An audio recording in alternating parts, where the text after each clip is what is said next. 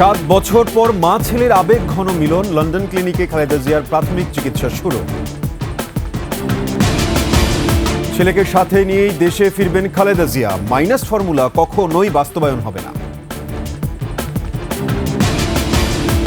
একযোগে জাতীয় স্থানীয় নির্বাচনের প্রস্তুতি নিচ্ছে অন্তর্বর্তী সরকার, জানালেন প্রধান উপদেষ্টা।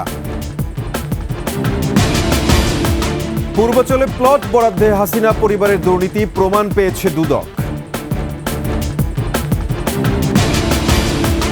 গোয়েন্দা সংস্থার সহযোগিতায় ব্যাংক লুটপাটে হাসিনার রেকর্ড, 3 গভর্নরের আমলে বেশি অর্থ তছরূপ।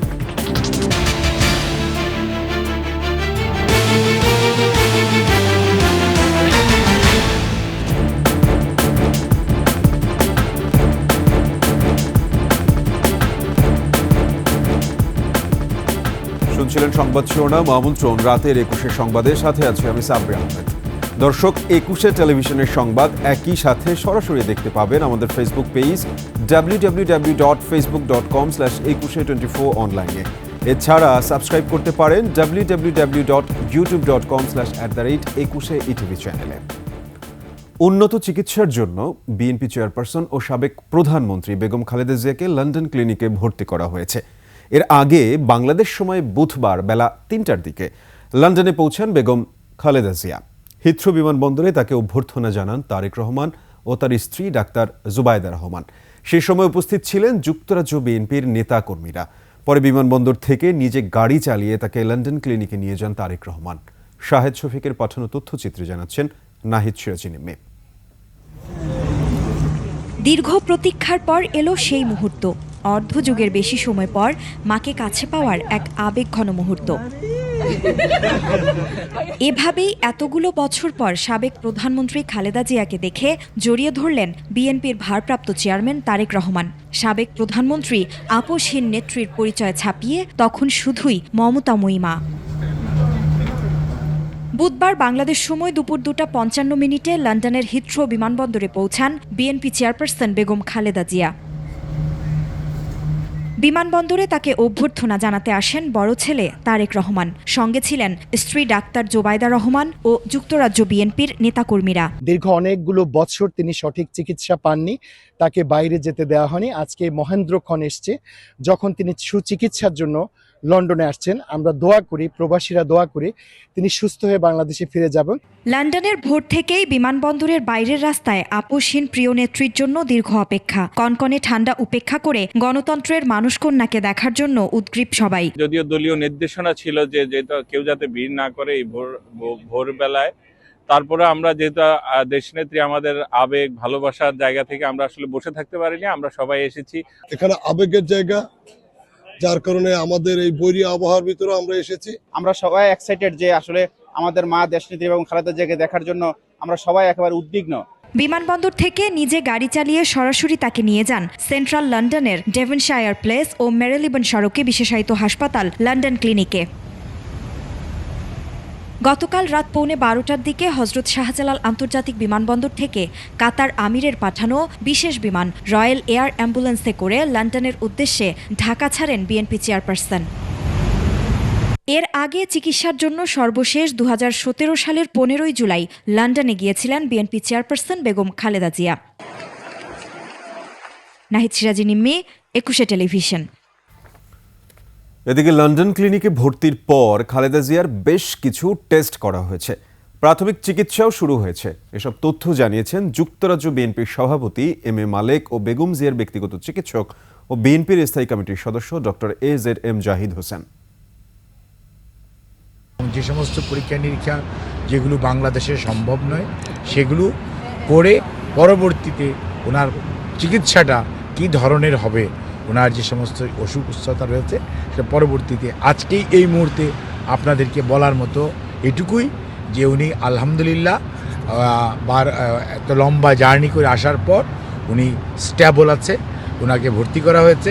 উনি লন্ডন ক্লিনিকে চিকিৎসাধীন থাকবেন যতদিন এখানকার চিকিৎসকরা মনে করবেন ভর্তি থাকা প্রয়োজন।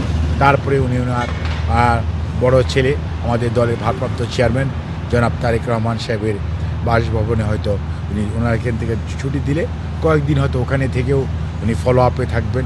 পরবর্তীতে সিদ্ধান্ত হবে। বাংলাদেশ থেকে ডাক্তার যে টিম আসছে এবং ওনারা নিজেরাও ব্রিটিশ ডাক্তাররাও সকাল থেকে পরীক্ষা নিরীক্ষা শুরু করেছেন। বাংলাদেশি ডাক্তাররাও তাদেরকে ব্রিফ করেছেন এবং তারাও এটা ব্রিফ নিয়ে তারা আজকে ওনাকে ডাক্তার জাহিদ ভাইও বলেছেন যে রেস্ট নিচ্ছেন এবং কালকে থেকে ফুল ট্রিটমেন্ট চলবে আনটিল আনলেস ওনার সুস্থতা নেওয়া পর্যন্ত হসপিটালে থাকবেন ইনশাআল্লাহ। দর্শক, এই মুহূর্তে লন্ডন ক্লিনিকের সামনে আছেন সহকর্মী শাহেদ শফিক। বেগম খালেদা জিয়া সেখানে ভর্তির পর সার্বিক অবস্থা জানতে সরাসরি চলে যাচ্ছি তার কাছে। শফিক, বেগম জিয়ার চিকিৎসা সহ সর্বশেষ পরিস্থিতি আমাদের জানাবেন। জি সাব্বির, আপনাকে ধন্যবাদ। আমি এই মুহূর্তে দাঁড়িয়ে আছি যুক্তরাজ্যের পশ্চিম লন্ডনের লন্ডন ক্লিনিকের সামনে। আপনি জানেন যে এখানে বিএনপি চেয়ারপারসন বেগম খালেদা জিয়াকে চিকিৎসা দেওয়া হচ্ছে। আপনি জানেন আজকেই লন্ডন সময় সকাল 9টায় বিএনপি চেয়ারপারসন লন্ডনের হিথ্রো এয়ারপোর্টে তিনি অবতরণ করেন। সেখান থেকে তাকে তার বড় ছেলে বিএনপির ভারপ্রাপ্ত চেয়ারম্যান তারেক রহমান নিজে গাড়ি ড্রাইভ করে তাকে ঠিক এই হাসপাতালে নিয়ে আসেন। তিনি এখানে বর্তমানে চিকিৎসাধীন রয়েছেন। আমি আপনাকে জানিয়ে রাখি, কিছুক্ষণ আগেই বিএনপি চেয়ারপারসনের স্বাস্থ্য সংক্রান্ত যে বিষয়গুলো দেখেন বিএনপির স্থায়ী কমিটির সদস্য ডাক্তার জেড জাহিদ হোসেন তিনি আমাদেরকে জানিয়েছেন যে ম্যাডাম খালেদা জিয়া বর্তমানে ভালো রয়েছেন। তবে তিনি দীর্ঘদিন ধরে যে সকল শারীরিক অসুস্থতায় ভুগতেন সেগুলোর কারণে তাকে এখানে নিয়ে আসা হয়েছে। তবে বাংলাদেশে তার যথেষ্ট চিকিৎসাগুলো হয়েছে, সেই চিকিৎসাগুলোর জন্য এখানকার ডাক্তাররা তাদেরকে ভূয়সী প্রশংসা করেছেন। তবে এখানকার ডাক্তাররা আরো জানিয়েছেন যে ওনার বেশ কিছু ট্রিটমেন্ট রয়েছে যেগুলো বাংলাদেশে হচ্ছে না, সেই ট্রিটমেন্টগুলো করার জন্যই তারা এখানে নিয়ে এসেছেন। তো এর মধ্যে তিনি আমাদেরকে জানিয়েছেন যে বিএনপি চেয়ারপারসনের বেশ কিছু প্রাথমিক পরীক্ষা নিরীক্ষা আজকে করা হয়েছে। আগামীকাল হয়তো সকাল থেকেই এই ওনার যথাযথ চিকিৎসা শুরু হবে। তবে তাকে তিনি এখানে রয়েছেন, তার আরো যে ট্রিটমেন্ট গুলো রয়েছে কিছু জটিল ট্রিটমেন্ট রয়েছে যেটার জন্য মাল্টি ডিসিপ্লিনারি ব্যবস্থার দরকার। তো তাকে ওই ইউনিটে রেখেই তার এই চিকিৎসাটা দেয়া হবে। তবে তিনি এখন ভালো আছেন, অনেকটা সুস্থ আছেন, তিনি খুবই হাসি খুশি রয়েছেন বলে তিনি আমাদেরকে জানিয়েছেন। তবে তার আরো কিছু জটিল রোগ রয়েছে যেগুলোর বিষয়ে আমরা প্রশ্ন করেছিলাম আর কি কি রোগ রয়েছে। তবে তিনি আমাদেরকে যেটা জানিয়েছেন যে কিছু বিষয় থাকে ওনার ব্যক্তিগত, তো সেই বিষয়গুলো তিনি ওপেনলি হয়তো বলতে চাননি। ডাক্তাররা চিকিৎসা করবেন যথাযথ। শফিক, আপনাকে ধন্যবাদ। দর্শক, লন্ডন ক্লিনিক থেকে যুক্ত হয়েছিলেন আমাদের সহকর্মী শাহেদ শফিক, জানাচ্ছিলেন বেগম খালেদা জিয়ার চিকিৎসার বর্তমান পরিস্থিতি। চলে যাচ্ছি পরবর্তী সংবাদে। লন্ডনের হিথ্রো বিমানবন্দরের আশপাশের তাপমাত্রা -1, বাইরে সামান্য বৃষ্টি। মা ছেলের মিলনে যেন হঠাৎ করে উষ্ণ হয়ে গেল পুরো পরিবেশ। দীর্ঘ 7 বছর পর মা ছেলের পাশাপাশি জিয়া পরিবারের 3 প্রজন্মের মহামিলনের সাক্ষী হলো হিথ্রো বিমানবন্দর। আবেগঘন সেই মুহূর্তটি তুলে ধরেছেন দীপু শিকদার। মায়ের জন্য প্রতীক্ষার অবসান একমাত্র সন্তানের, মমতাময়ী সেই মাকে ছেলের আলিঙ্গন।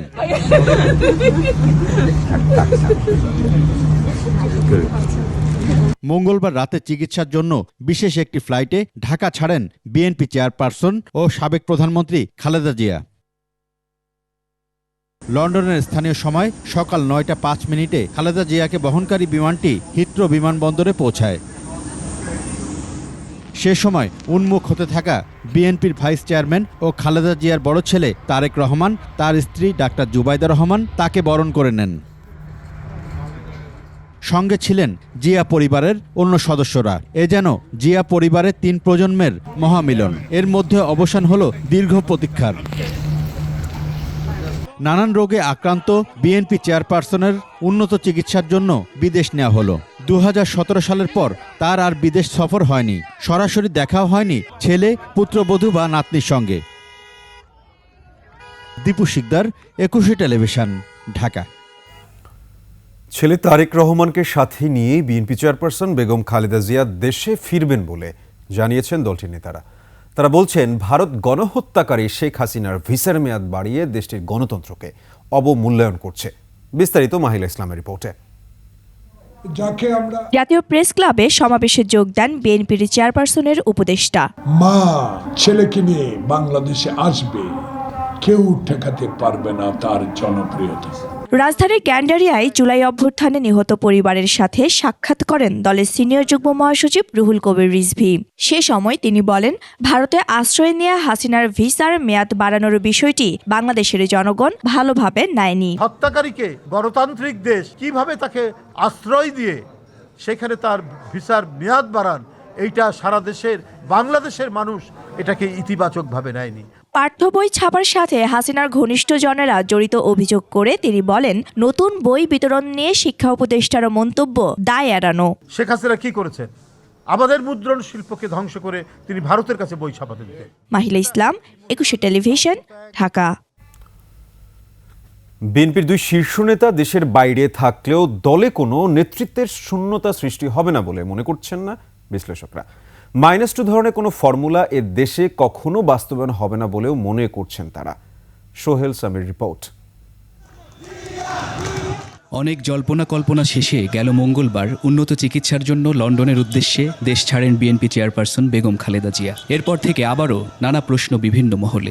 শীর্ষ দুই নেতার অবর্তমানে দলে কোনো ধরনের নেতৃত্বের শূন্যতা সৃষ্টি হবে কিনা তা নিয়ে চলছে আলোচনা। সাকসেসফুল অপারেশন হয় তাহলে তিনি 2 মাস থেকে 2.5 মাসের মধ্যে দেশে ফিরবেন। ফিরলে আমার কেন যেন মনে হয় তিনি হয়তো ভারতের মতো তিনি রাষ্ট্র চালাবেন, তিনি হয়তো প্রেসিডেন্ট হবেন। প্রতিনিয়ত তার সাথে আমরা স্কাইপে কথা বলি, যখন যে সমস্যা হয়েছে তখনই কথা বলেছি। এখন যে কোনো সিদ্ধান্ত, যে কোনো আলোচনা দুজন মিলেই তো করতে পারবেন। এতটুকু আশঙ্কা নেই যে ওনারা আসতে পারবেন না, ভালোভাবে আসতে পারবেন না, ওনারা আসতে দেওয়া হবে না। বিএনপি নেতা এবং বিশ্লেষকেরা বলছেন, দেশে নতুন করে -2 ফর্মুলা বাস্তবায়নের কোনো সুযোগ নেই। এই ঢাকার শহরে বেগম জিয়াকে যদি প্রতিবন্ধকতা তৈরি করে, ঢাকার শহর অচল হয়ে যাবে। কোনো আইন কানুন, পুলিশ, গুলি কুচ্ছুতে মানাতে পারবে না। অনেক লড়াই সংগ্রামের মধ্য দিয়ে দেশের রাজনীতিতে যে দৃষ্টান্ত খালেদা জিয়া স্থাপন করেছেন, কোনো ষড়যন্ত্রই তার পথে আর বাধা হয়ে দাঁড়াতে পারবে না বলে মন্তব্য তাদের। সোহেল সামি, 21 টেলিভিশন, ঢাকা। জাতীয় নির্বাচনের পাশাপাশি স্থানীয় সরকার নির্বাচনের প্রস্তুতি নিচ্ছে অন্তর্বর্তী সরকার। ইউরোপীয় বিনিয়োগ ব্যাংক EIBর ভাইস প্রেসিডেন্ট নিকোলা বেয়ার সাক্ষাৎ করতে এলে প্রধান উপদেষ্টা ডক্টর মোহাম্মদ ইউনূস এ কথা জানান। এ সময় অন্তর্বর্তী সরকারের সংস্কার পরিকল্পনায় সমর্থন ও বাস্তবায়নে সহায়তার কথা জানান সফররত EIBর ভাইস প্রেসিডেন্ট।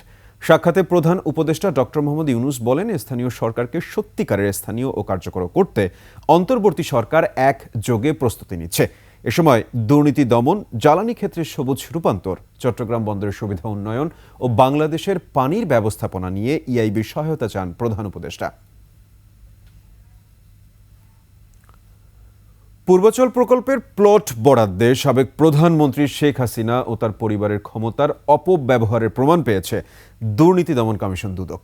এছাড়া জালিয়াতির দায়ে ঢাকা ওয়াসার সাবেক MD তাকসিম এ খানের বিরুদ্ধে মামলা করেছে সংস্থাটি। বিস্তারিত জানাচ্ছেন তানজিলা তাসনিম। রাজধানীর পূর্বাচলে অবৈধভাবে 60 কাঠা প্লট বরাদ্দের অভিযোগে শেখ হাসিনা, শেখ রেহানা সহ পরিবারের 6 জনের বিরুদ্ধে 26 ডিসেম্বর অনুসন্ধান শুরু করে দুর্নীতি দমন কমিশন। অভিযোগে বলা হয়, গণপূর্ত মন্ত্রণালয় এবং রাজুকের যোগসাজশে 2022 সালের 3 আগস্ট হাসিনা পরিবারের 6 সদস্য 10 কাঠা করে প্লট নিয়ে নেয়। নিয়মিত ব্রিফিংয়ে দুদকের মহাপরিচালক জানান, শেখ হাসিনা ও তার পরিবারের প্লট গ্রহণে অনিয়মের প্রমাণ পেয়েছে অনুসন্ধানী দল। রাজুকের পূর্বাচল প্রকল্পের 60 কাঠা বরাদ্দ সংক্রান্ত বিষয়ে আমরা আপনাদেরকে শীঘ্রই ভালো কিছু তথ্য দিতে পারবো। এদিকে নিয়োগ বাণিজ্যের অভিযোগে ঢাকা ওয়াসার সাবেক MD তাকসিম এ খান সহ 10 জনের বিরুদ্ধে মামলা করেছে সংস্থাটি। ওয়াসার নিয়োগ সংক্রান্ত আইন ও প্রচলিত বিধিবিধান অনুসরণ না করে নিয়োগ প্রদানের অভিযোগে সাবেক ব্যবস্থাপনা পরিচালক তাসলিম আহমেদ খান সহ অন্যান্যদের বিরুদ্ধে মামলা রুজু হয়েছে। এছাড়া ইসলামী ব্যাংকের চট্টগ্রামের জুবলি রোড শাখা থেকে 993 কোটি 70 লাখ টাকা আত্মসাতের অভিযোগে এস আলম গ্রুপের মালিক সাইফুল আলমের ছেলেসহ 54 জনের বিরুদ্ধে মামলা করেছে দুদক। এখানে এস আলমের 2 পুত্র এবং তার 2 ভাই সহ 54 জন কর্মকর্তা কর্মচারী জড়িত রয়েছেন। তানজিলা তাসনিম, একুশে টেলিভিশন, ঢাকা। ব্যাংক লুটের বিশ্ব রেকর্ড ভেঙেছেন ক্ষমতাচ্যুত প্রধানমন্ত্রী শেখ হাসিনা। তার আমলে মাফিয়া কায়দায় সংঘবদ্ধ চক্রের মাধ্যমে ব্যাংক ব্যবস্থা থেকে লুট হয় অন্তত 20 বিলিয়ন মার্কিন ডলার, বাংলাদেশি মুদ্রায় প্রায় 2.5 লাখ কোটি টাকা। সিস্টেমেটিক এই লুটপাটে মাফিয়া চক্রকে সহায়তা করে রাষ্ট্রীয় গোয়েন্দা সংস্থা সহ 3 জন governor. S Alam, Salman F Rahman, Nazrul Islam মজুমদারের মতো বিতর্কিত ব্যবসায়ীরা ঋণের নামে ব্যাংক ব্যবস্থা থেকে বের করে নেন এই বিপুল অর্থ, যার বেশিরভাগই পাচার হয়েছে। সঞ্জয় অধিকারী রিপোর্টে দেখুন বিস্তারিত। 18 মার্চ 2003 মার্কিন সেনারা বাগদাদের সন্নিকটে। প্রেসিডেন্ট সাদ্দাম হোসেন ভাবলেন রিজার্ভ সরিয়ে ফেলতে হবে। লরিতে ভরে কেন্দ্রীয় ব্যাংক থেকে 92 কোটি ডলার সরিয়ে নিলেন তিনি। পশ্চিমাদের দৃষ্টিতে প্রত্যক্ষভাবে বা হ্যাকিংয়ের মাধ্যমে এটিই বিশ্বের সবচেয়ে বড় ব্যাংক লুটের ঘটনা। তবে ঋণের নামে বাংলাদেশের ব্যাংক খাতে গত 1 দশকে যা হয়েছে তা অতীতের সব বিশ্ব রেকর্ড ভেঙেছে। সংঘবদ্ধ একটি মাফিয়া চক্র লুট করেছে অন্তত 20 বিলিয়ন মার্কিন ডলার। ক্ষমতাচ্যুত প্রধানমন্ত্রী শেখ হাসিনার আশীর্বাদ পুষ্ট 3 জন গভর্নর আতিউর রহমান, ফজলে কবির ও আব্দুর রউফ তালুকদারের সময়ে ব্যাংকগুলো অর্থ তসরুফের স্বর্গরাজ্যে পরিণত হয়েছিল। এদের আমলেই রিজার্ভ চুরি থেকে শুরু করে অর্থ পাচারের বড় বড় ঘটনা ঘটেছে। সুপরিকল্পিতভাবে এই টাকাগুলো সরানো হয়েছে। এই 10-12টা ব্যাংক, 10টা ব্যাংক, বিশেষ করে এস আলম তার নিয়ন্ত্রণে যে ব্যাংকগুলো ছিল সেগুলোকে এটা আসলে নিয়ম বহির্ভূত বেআইনিভাবে সেখানে বাংলাদেশ ব্যাংকের যে ভূমিকাটা ছিল ওই সময় সেই ভূমিকাটা তারা পালন করেনি। শেখ হাসিনার সরাসরি তত্ত্বাবধানে ও রাষ্ট্রীয় গোয়েন্দা সংস্থাগুলোর তদারকিতে ইসলামী ব্যাংক দখলের পর মাফিয়া চক্রের নিয়ন্ত্রক হয়ে ওঠেন সাইফুল আলম মাসুদ ওরফে এস আলম। ইসলামী ব্যাংকের 1,75,000 কোটি টাকা ঋণের মধ্যে প্রায় 88,000 কোটি টাকা একাই বের করে নিয়েছেন এস আলম গ্রুপের সাইফুল আলম মাসুদ। এছাড়া ইউনিয়ন ব্যাংকের ঋণের 64% বা 18,000 কোটি টাকা, ফার্স্ট সিকিউরিটি ইসলামী ব্যাংকের 60% বা 46,000 কোটি টাকা এবং গ্লোবাল ইসলামী ব্যাংকের 86% ঋণ একাই নিয়ে গেছে এস আলম। একইভাবে সোশ্যাল ইসলামী ব্যাংক, জনতা ব্যাংক, রূপালী ব্যাংক এবং ইউসিবিতেও বড় থাবা বসিয়েছে এস আলম গ্রুপ। হাসিনার পতনের পর দেশের যে 12টি ব্যাংক ও আর্থিক প্রতিষ্ঠানের পরিচালনা পর্ষদ ভেঙে দিয়েছে কেন্দ্রীয় ব্যাংক, এর 10টির মালিকানায় যুক্ত ছিল বিশ্বের সবচেয়ে কুখ্যাত এই ব্যাংক লুটেরা। গত 10-12 বছরে এই ব্যাংকগুলোকে রাজনৈতিক ভাবে শক্তিশালী যে মালিক পক্ষ ছিল সেখানে, বিশেষ করে আমরা দেখেছি S Alam group, Sikdar group, এরা একেবারে অ্যাবিউজ করেছে সর্বোচ্চ পর্যায়ে। 70-80% অ্যাসেট মানে লোন ডিফল্টে চলে গেছে। এগুলো ফেরত পাওয়ার সম্ভাবনা খুব কম, কারণ এগুলো বেশিরভাগই টাকাগুলো ওই মালিক পক্ষগুলো নিয়ে পাচার করে দিয়েছে। ব্যাংক ডাকাতদের আর একজন সালমান এফ রহমান। সাবেক প্রধানমন্ত্রী হাসিনার এই উপদেষ্টা ব্যাংক খাত থেকে বের করেছেন প্রায় 5 বিলিয়ন ডলার বা 50,000 কোটি টাকা। জনতা ব্যাংকে বেক্সিমকো গ্রুপের ঋণের পরিমাণ প্রায় 25,000 কোটি টাকা, এর মধ্যে 20,000 কোটি টাকা খেলাপির খাতায়। সব মিলে জনতা ব্যাংকের মোট 60,489 কোটি টাকা খেলাপি ঋণের 32%ই সালমান এফ রহমানের বেক্সিমকো গ্রুপের। রাষ্ট্রায়ত্ত সোনালী, রূপালী, অগ্রণী ও বেসরকারি ন্যাশনাল এক্সিম এবি ইসলামী ব্যাংক সহ আরও কয়েকটি ব্যাংক থেকে সালমান ঋণের নামে লুট করেছেন আরও 25,000 কোটি টাকা। জয় শেখ হাসিনা। ব্যাংক খাতের আরেক mafia Nazrul Islam Majumdar. Exim bank ও পিএবির এই সাবেক চেয়ারম্যানকে বলা হয় শেখ পরিবারের ব্যাংক খাতের ক্যাশিয়ার। ব্যাংক খাত থেকে চাঁদাবাজি করে হাসিনার তহবিল ভারী করেছেন তিনি। ঋণের নামে নিজেও নিয়েছেন বিপুল অর্থ। সিআইডির তথ্য মতে ব্যাংক থেকে কমপক্ষে 21,000 কোটি টাকা লুট করেছেন নাসা গ্রুপের নজরুল ইসলাম মজুমদার। অর্থনৈতিক শ্বেতপত্র প্রণয়ন কমিটির প্রতিবেদন বলছে, দেশের ব্যাংক খাতে দুর্দশাগ্রস্ত ঋণ এখন 6,75,000 কোটি টাকা, যা শেখ পরিবার ঘনিষ্ঠ ব্যাংক মাফিয়াদের লুটপাটের ভয়ঙ্কর চিত্র।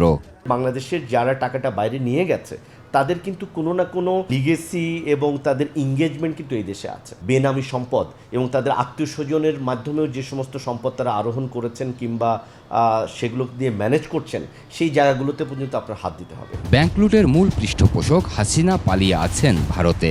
মাফিয়া লিডার এস আলম বিদেশে বসে মাঝে মাঝে ফোঁস করছেন, আবার কারো জায়গা হয়েছে জেলে।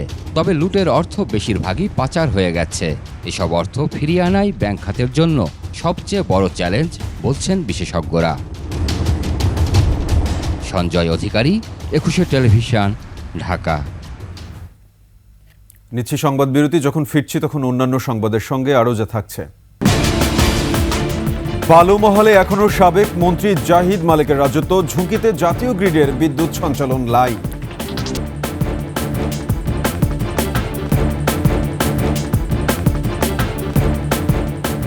আমন্ত্রণ আবারও রাতের 21 সংবাদে।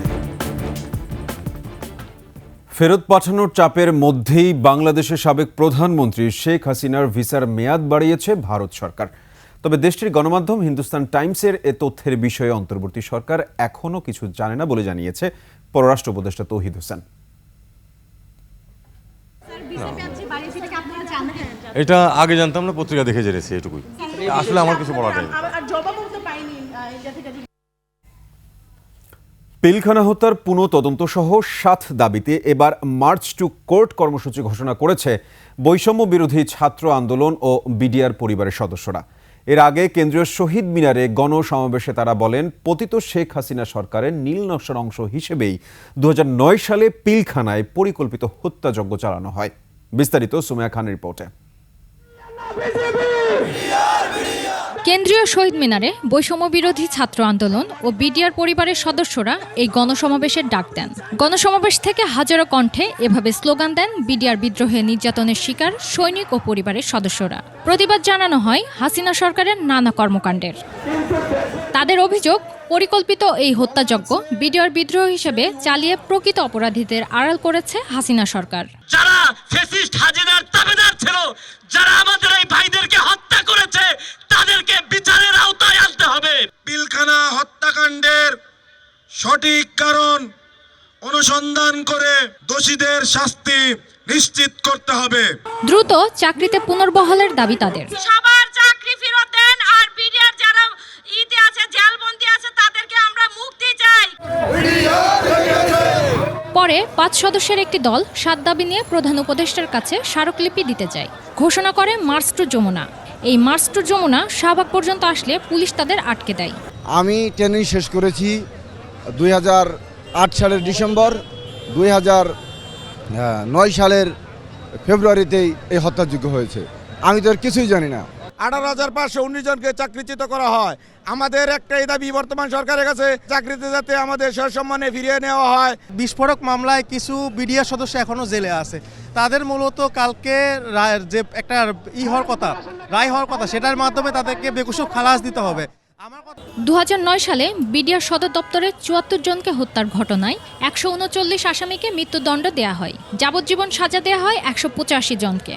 আরও 228 জনকে দেয়া হয় বিভিন্ন মেয়াদে সাজা। খালাস পান 283 জন। সুমাইয়া খান, 21 টেলিভিশন, ঢাকা। নতুন বই পাওয়া নিয়ে এখনও অনিশ্চয়তায় শিক্ষার্থীরা।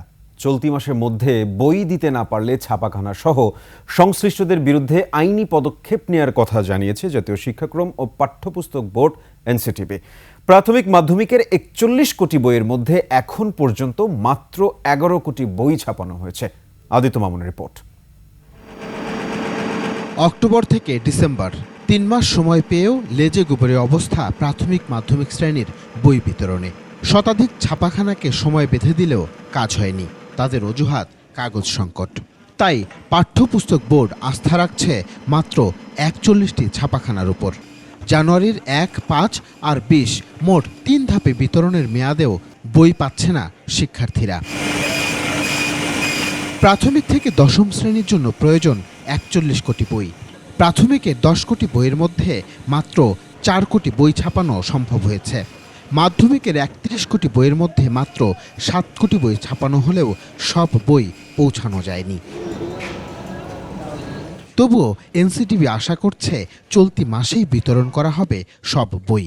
নতুন করে কাগজ সরবরাহ করা হলে জটিলতা কাটবে বলে প্রত্যাশা এনসিটিবির চেয়ারম্যানের। তানাকা, আম্বার এরা কাগজ দিচ্ছে। বসুন্ধরাকে আমরা এবার বাধ্য করেছি যে যাতে তারা কাগজ দেয় এবং তারা রাজি হয়েছে। আমরা এভাবে চেষ্টা করে যাচ্ছি। এই জানুয়ারি মাসের মধ্যে আমরা চেষ্টা করব সকল বই দিয়ে দেওয়ার জন্য। এত কিছুর পরেও ছাপাখানাগুলোর ঢিমে তালে বই ছাপানোকে ষড়যন্ত্র হিসেবে দেখছে পাঠ্যপুস্তক বোর্ড। মুদ্রণের সাথে কাগজের কৃত্রিম সংকট সৃষ্টি করে অর্থ হাতিয়ে নেওয়ার অভিযোগও আছে। সবাই সবার মতো করে লাভের অঙ্ক হিসাব করে তারা কথাবার্তা বলে এবং তারা আয়েসে সময় কাটাতে চায়, যাতে কোনোভাবে একটা জনগণের দাবি তৈরি হয় যে এখনও বই আসলো না কেন। তো এই কথাটা উপরে ভিত্তি করেই আমরা যখন স্বীকার করে নেব যে আপনি বই দেন, নিম্নমানের কাগজে হলেও বই দেন, এই প্রচেষ্টায় এই চক্রান্তের মধ্যে এনসিটিবি বারবার পড়েছে। কিন্তু এবার যেহেতু এটা পড়তেছে না, তো সুতরাং তারা আরও জোর দিয়ে বলতেছে যে জুনের আগে বই যাবে না। এবং এক্ষেত্রে সরকার অত্যন্ত কঠোর এবং এবার আমরা বইগুলো দেওয়ার পরে যা যা করা দরকার তাই করার পদক্ষেপ গ্রহণ করা হবে। তবে বাস্তবতা হচ্ছে ৩০ কোটি বই ছাপাতে ৪১টি প্রেসের আরও অন্তত ২ মাস সময় লাগতে পারে। সেক্ষেত্রে কোনোভাবেই চলতি মাসে বই বিতরণ শেষ করা সম্ভব হবে না। আদিত্য মামুন, ২১শে টেলিভিশন, ঢাকা। চিল, কাক সহ অর্ধশতাধিক প্রজাতির পাখি বিচরণ করে শাহজালাল আন্তর্জাতিক বিমানবন্দর এলাকায়। বিরূপ আবহাওয়া, ঘন কুয়াশা ও রানওয়ের অবস্থানগত কারণে ঝুঁকিতে দেশের অন্য বিমানবন্দরগুলো। সকল অংশীজনের সহযোগিতায় নিরাপদ বিমান উড্ডয়ন ও অবতরণে নেওয়া হবে উদ্যোগ, এমনটাই জানিয়েছেন বেচিচক চেয়ারম্যান। মানিক শিকদারের রিপোর্ট।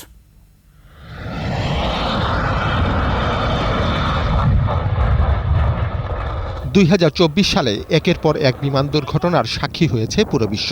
বড় বড় আন্তর্জাতিক এয়ারলাইন্স থেকে শুরু করে স্থানীয় পরিবহনে দুর্যোগের ছাপ স্পষ্ট। দুর্ঘটনার সংখ্যা, প্রাণহানি এবং আর্থিক ক্ষতিতে ছাড়িয়েছে আগের সব রেকর্ড। এতে বেসামরিক বিমান চলাচলে দেখা দিয়েছে উদ্বেগ। এমন পরিস্থিতিতে বিমান চলাচল সুরক্ষা নিশ্চিত করতে কর্মশালার আয়োজন করে বেসামরিক বিমান চলাচল কর্তৃপক্ষ। সাম্প্রতিক দুর্ঘটনার জন্য যান্ত্রিক ত্রুটি ছাড়াও রানওয়েতে পাখির বিচরণ ও আবহাওয়াকে দায়ী করছেন বিশেষজ্ঞরা। আর এসব কারণে ঝুঁকিতে শাহজালাল আন্তর্জাতিক বিমানবন্দর সহ দেশের অন্যান্য বিমানবন্দর। একটা ২টা ৫টা একটা ফ্লক পাখি কিভাবে ওরা কুরিয়ার বিষয়টা দেখেছি। তো আসলে it can not stop, but we have to try to reduce the incidence. রাজধানীর চারপাশের নদী ও নানা ধরনের বর্জ্যের কারণে চিল, কাকের অবাধ বিচরণ। আর শুধু রানওয়ে এলাকায় অর্ধশতাধিক প্রজাতির পাখি বিচরণ করে। শীতকালে কুয়াশা ও পাখির বিচরণ বেড়ে যাওয়ায় দুর্ঘটনার আশঙ্কাও বেশি বলে মনে করছেন সিভিল এভিয়েশন সংশ্লিষ্টরা। এয়ারপোর্টের মধ্যে আমরা এই 5টা মেজারের মাধ্যমে যে আমরা বার্ড কন্ট্রোল মনিটরিং সিস্টেম, যেটাকে আমরা ডেটার করার চেষ্টা করি, last resort is the reactive approach. We have the active bird shooters. বেবিচক চেয়ারম্যান জানান, আকাশ সীমায় নিরাপত্তার সর্বোচ্চ মান নিশ্চিতের সম্ভাব্য সব পদক্ষেপ নেওয়া হচ্ছে। প্রতিটা স্টেক হোল্ডার যেন আমরা আমাদের কাজটা সঠিকভাবে করি। অ্যাজ এ রেগুলেটর আমরা আমাদের কাজগুলো এবং অপারেটর আমরা আমাদের কাজগুলো সঠিকভাবে করব এবং যে এয়ারফিল্ডে যে ফ্যাসিলিটিসগুলো দরকার, অপারেশন ফ্যাসিলিটিস যেগুলো দরকার, সেইগুলো আমরা ম্যাক্সিমাম করব। আপনারা জানেন যে অপারেশন ফ্যাসিলিটিস বাড়ানোর জন্য আমরা সব জায়গায় চেষ্টা করছি। বিমান চলাচল নিরাপদ নির্বিঘ্ন করতে সবার সহযোগিতা চেয়েছে বেসামরিক বিমান চলাচল কর্তৃপক্ষ। In terms of realistic training দেওয়া, ইমার্জেন্সি ট্রেনিংগুলো দেওয়া। মানিক শিকদার, ২১শে টেলিভিশন, ঢাকা। ৩ কোটি টাকায় মানিকগঞ্জের শিবালয়ে বালুমহল ইজারা নিয়ে মাসে আয় করেছেন প্রায় ১২ কোটি টাকা। ক্ষমতার পালাবদল হলেও সাবেক স্বাস্থ্যমন্ত্রী ডক্টর জাহিদ মালেকের অনুসারীরাই এখনও নিয়ন্ত্রণ করছেন এই বালুমহল। অপরিকল্পিত খননের ফলে তেওতা ইউনিয়নের কয়েকটি গ্রামের ভাঙন ঠেকানো যাচ্ছে না। পূর্ব ও পশ্চিমাঞ্চলের জাতীয় গ্রিডের বিদ্যুতের ৩৩ কেবি সঞ্চালন লাইনও ঝুঁকির মধ্যে পড়েছে। বিস্তারিত জানাচ্ছেন আসিফ সমেত। আমাদের বাড়ি ওইখানে ছিল, একবার ভেঙে গেছে, ফের এখানে আসছি। আমার স্বামী নাই, 2টা বাচ্চা নিয়ে আমাদের খুব মুশকিল হচ্ছে। শীত মৌসুমে এমন নদী ভাঙন কখনো দেখেনি যমুনা পাড়ের এই বাসিন্দারা। মানিকগঞ্জের শিবালয় উপজেলার আলোকদিয়া সহ কয়েকটি গ্রামে এমন ভাঙনের কবলে পড়ে ঘর ছাড়া বেশ কয়েকটি পরিবার। তাদের অভিযোগ, নদী থেকে অবাধে বালু উত্তোলনের কারণে এমন বিপত্তি। নদীর পাড়ে শেষ সম্বলের ভিতরে এখন আমরা আছি, এটুকু যদি ভেঙে যায় তাহলে আমাদের আর যাওয়ার কোনো জায়গা থাকবে না। একটা চাপ পড়লেই আমাদের অনেক বাড়িঘর নষ্ট হয়ে যাবে। এইরকম ভাঙ্গন ইয়ার আগে অনেকবার হয়েছে, এটা রোধ করার জন্য অনেক চেষ্টা নিছে। আমার মনে হয় আসল জায়গায় আমাদের এই কথাটাও যায় না। জনবসতির মতো হুমকিতে জাতীয় গুরুত্বপূর্ণ স্থাপনাও। দেশের পূর্ব ও পশ্চিমাঞ্চলের জাতীয় গ্রিডের বিদ্যুতের ৩৩ কেবির সঞ্চালন লাইনের পাশ থেকে বালু উত্তোলনে তৈরি হয়েছে এমন ঝুঁকি।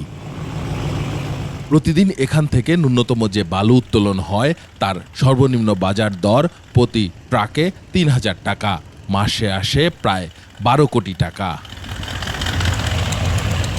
নদীর মাঝে অবাধেই ড্রেজার বসিয়ে এই বালু উত্তোলন করছে তাকবীর এন্টারপ্রাইজ, যেটির মালিক সাবেক স্বাস্থ্যমন্ত্রী জাহিদ মালেকের অনুসারী ও মানিকগঞ্জ জেলা স্বেচ্ছাসেবক লীগের সাধারণ সম্পাদক আবুল বাশার। অভিযোগ রয়েছে এই বালুমহলের টাকা ভাগাভাগি করেন মানিকগঞ্জের সাবেক ৩ আওয়ামী লীগ এমপি। ৫ আগস্টের পর গা ঢাকা দিলেও প্রায় ১৫০ কোটি টাকার ব্যবসায় তাদের প্রভাব রয়েছে এখনো। আওয়ামী লীগের যে প্রভাবশালী যে যারা ছিল নেতা, এমপি, মন্ত্রী, তারা এই ডিজার গুনে চালাইছে। এম জাহিদ, মানিকগঞ্জের এই জাহিদ মালেক স্বপন, মমতাজ, এই সমস্ত লোক এখান থেকে এই বালিমহল থেকে বাট্টা পাইতো। ছাত্র জনতার আন্দোলনে নৌ পুলিশের ফাঁড়ি পুড়ে যাওয়ার পর এখানে বলা যায় অরক্ষিত যমুনা নদীর জলসীমা। নিজেদের বসতভিটা বাঁচাতে জেলা প্রশাসনের কাছে চিঠি দিয়েছেন ভুক্তভোগী বাসিন্দারা। তারা যদি সরকারি নির্ধারিত জায়গার বাহিরে গিয়ে বালু উত্তোলন করে, সেক্ষেত্রে তাদের বিরুদ্ধে আইনগত ব্যবস্থা নেওয়া হবে এবং আমাদের কর্মকর্তাগণ, নির্বাহী ম্যাজিস্ট্রেটগণ নিয়মিত অভিযান চালাচ্ছে পদ্মা, যমুনা বা অন্যান্য স্থানীয় নদীতে। স্থানীয় প্রশাসনের সীমাবদ্ধতা আর বালুখেকোদের হাত থেকে স্থায়ী নিস্তার পেতে বিভাগীয় কমিশনার সরকারের বিদ্যুৎ ও জ্বালানি, নৌ পরিবহন, পরিবেশ মন্ত্রণালয়কেও চিঠি দিয়েছেন ভাঙন কবলিত মানুষেরা। আসিফ সুমিত, ২১ টেলিভিশন, ঢাকা। এবার আভিভা ফিন্যান্স লিমিটেড বাণিজ্য সংবাদ।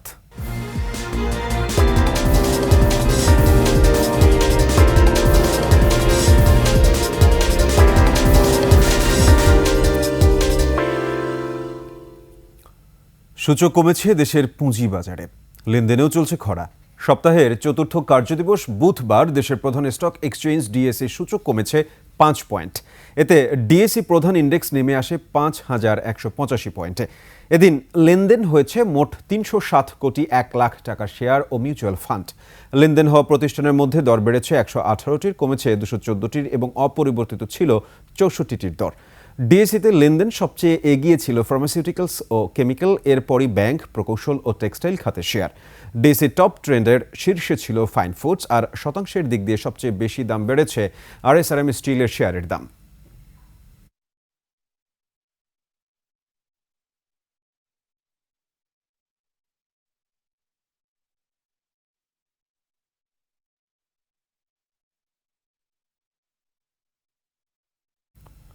নিচ্ছি সংবাদ বিরতি, যখন ফিরছি তখন অন্যান্য সংবাদের সঙ্গে আরও যা থাকছে।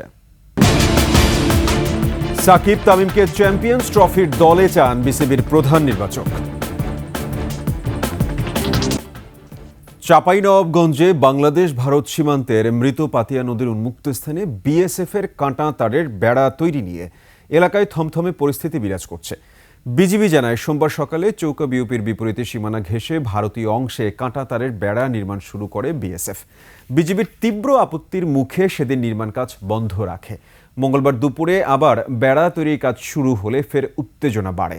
বিকেলে দুপক্ষের মধ্যে ফ্ল্যাগ মিটিং হয়। এরপর বিএসএফ তাদের অতিরিক্ত জনবল ও বেসামরিক ব্যক্তিদের সরিয়ে নেয় এবং নির্মাণ কাজ বন্ধ রাখে। সীমান্তে যে কোনো ধরনের পরিস্থিতি নিয়ন্ত্রণে সতর্ক অবস্থানে রয়েছে বিজিবি।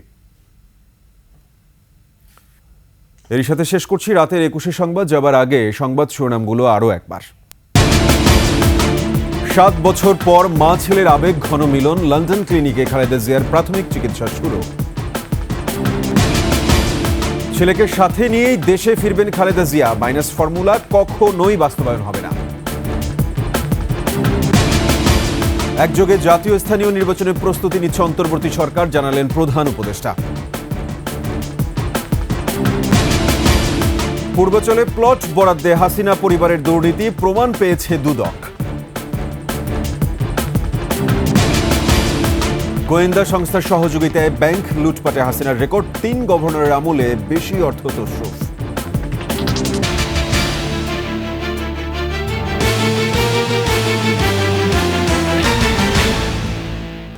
দর্শক, সর্বশেষ সংবাদ জানতে ডায়াল করুন 202 নম্বরে, আর ভিজিট করুন 21-tv.com এই ওয়েবসাইটে।